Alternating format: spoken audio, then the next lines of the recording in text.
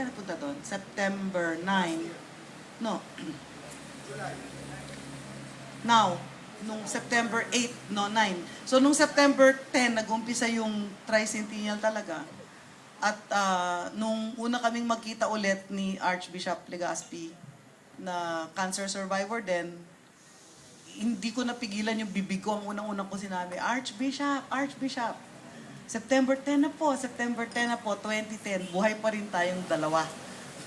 Nabigla siya. Pero natuwa din kaming dalawa. So, bagamat di na ako ganong kalusog at simulat sa pulong, sinusulat ko pa lang yung script, iniisip ko na baka hindi ako ang nauukol o baka hindi ako mabuhay ng ganong katagal para tapusin yung shooting. Kaya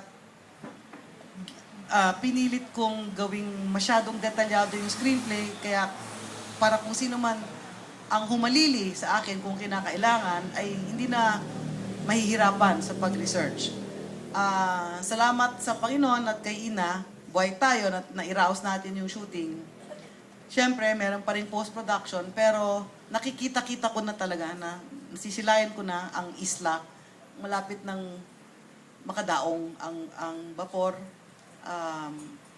So, hindi lang ako nagagalak para sa akin o para sa Caceres o para kay Ina, kundi lalong-lalo na para sa inyong lahat.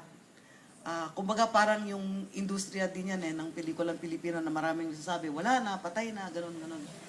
Hindi pa natin nakikita talaga kung ano ang maaaring mangyari sa industriya ng pelikulang Pilipino. Kailangan nating manalig at huwag matakot.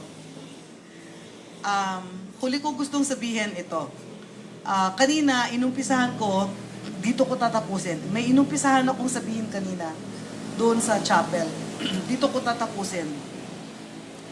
Binanggit ko na kanina ang aking pasasalamat sa inyong lahat.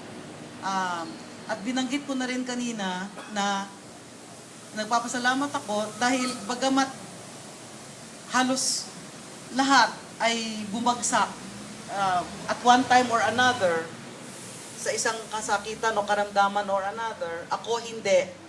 Salamat sa Diyos. Pero at the same time, dito ko gustong ituloy na salamat sa inyo.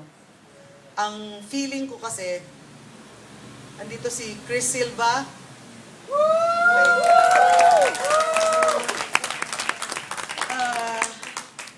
Sino ba?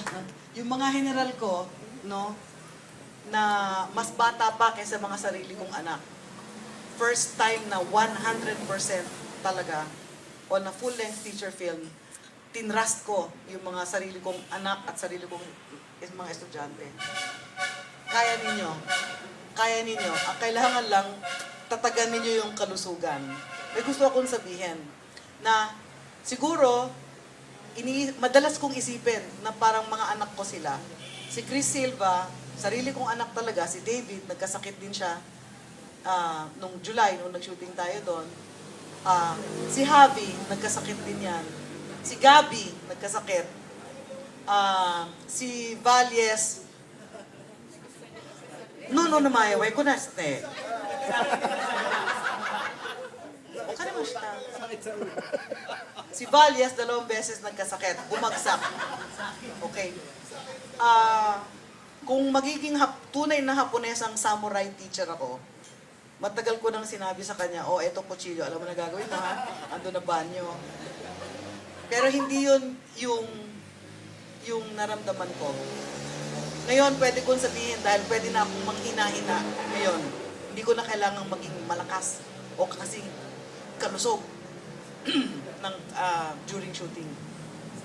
Naisip ko, at nagpapasalamat ako na among my generals, and marami pa sa inyong iba, hindi lang sila pero lalong-lalo na yung mga general na kinabibilangan ni Chris Silva, si David Abaya, si Gabi Tatad, si Javi Abola, at si Chris Valles, isa-isang bumagsak at tumayo ulit